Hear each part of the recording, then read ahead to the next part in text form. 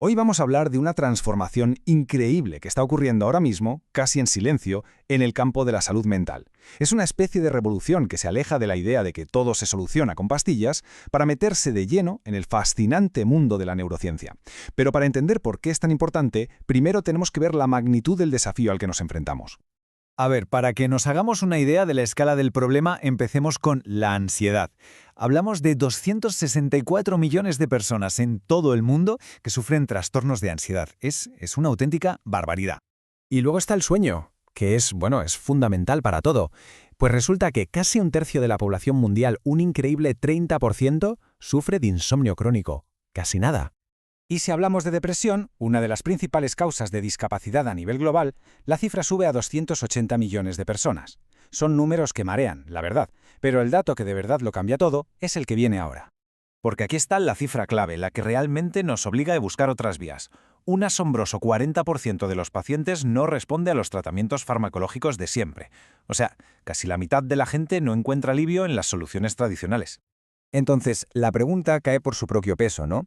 Más allá de que a veces no funcionen, es que los medicamentos tradicionales a menudo traen consigo efectos secundarios importantes. Ya sabes, desde ganar peso hasta generar dependencia. Esto crea una necesidad, pero de verdad, una necesidad urgente de encontrar otras soluciones.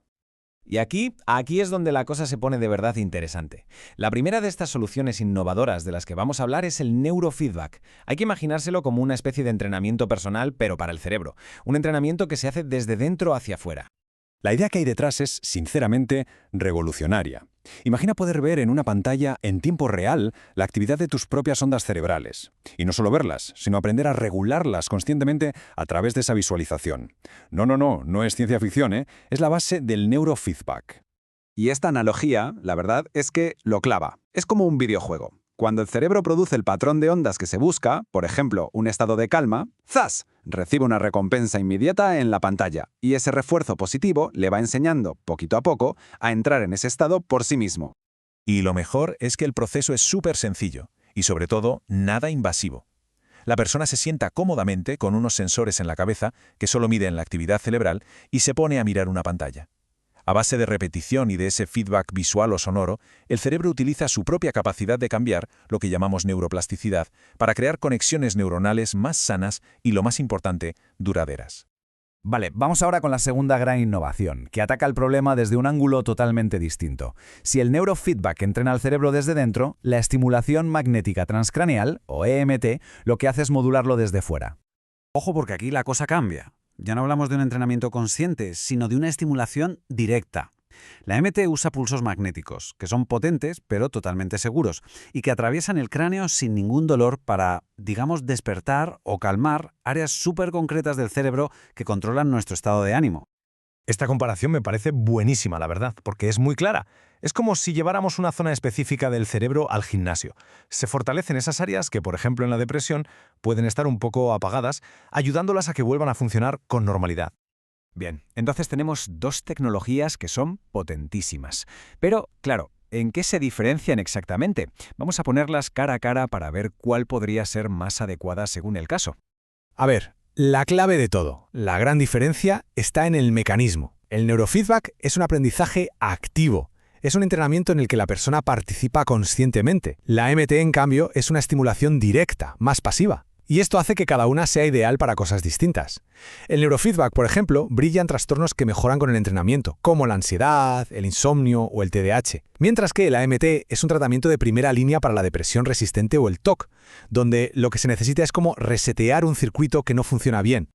Pero, ¿y si no hubiera que elegir? Porque esa es la gran pregunta. De hecho, las clínicas más punteras están viendo que la combinación de las dos es increíblemente potente.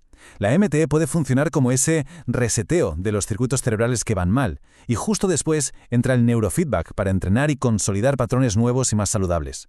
Es una estrategia de golpe doble, una pasada. Toda esta tecnología suena genial, ¿verdad? Pero al final del día, lo que de verdad importa es cómo cambia la vida de la gente. Así que vamos a dejar la teoría y a meternos con historias reales de transformación. Por ejemplo, tenemos el caso de María. Después de años peleando con la ansiedad y con los efectos secundarios de los medicamentos, el neurofeedback le enseñó a su cerebro a responder de otra manera, a encontrar la calma por sí mismo. O el caso del doctor Carlos R., un cirujano al que la depresión le estaba afectando a su capacidad para concentrarse. Para él, la EMT no solo le quitó la depresión, sino que además optimizó su función cognitiva, un beneficio extra que iba mucho más allá del tratamiento inicial.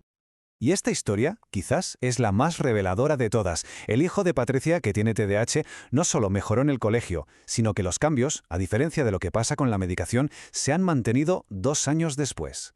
Esto demuestra el poder que tiene el aprendizaje cerebral a largo plazo. Y que nadie piense que estas son solo anécdotas, ¿eh? Detrás de todo esto hay datos, y son datos muy sólidos. Las tasas de éxito son impresionantes. Estamos hablando de mejoras de más del 70% para TDAH y ansiedad con neurofeedback. Y con la MT se consigue que los síntomas desaparezcan por completo en hasta un 35% de los casos de depresión que no habían respondido a nada antes. A nada. Y todo esto al final nos lleva a una idea central, a la base científica que lo sostiene todo, la neuroplasticidad. Esta es la palabra clave de todo el asunto. El cerebro no es un órgano estático, no es algo fijo, es dinámico, puede cambiar, puede adaptarse y puede reaprender. Estas tecnologías no son varitas mágicas, son herramientas súper sofisticadas que permiten que una persona participe de forma activa en la reconfiguración de su propio bienestar mental. Así que, para terminar, quiero dejar una pregunta en el aire. Sabiendo que el cambio es posible, que el cerebro se puede entrenar, que se puede modular, ¿qué aspecto de la función cerebral se podría optimizar? La respuesta, desde luego, abre un horizonte de posibilidades para la salud mental que es simplemente alucinante.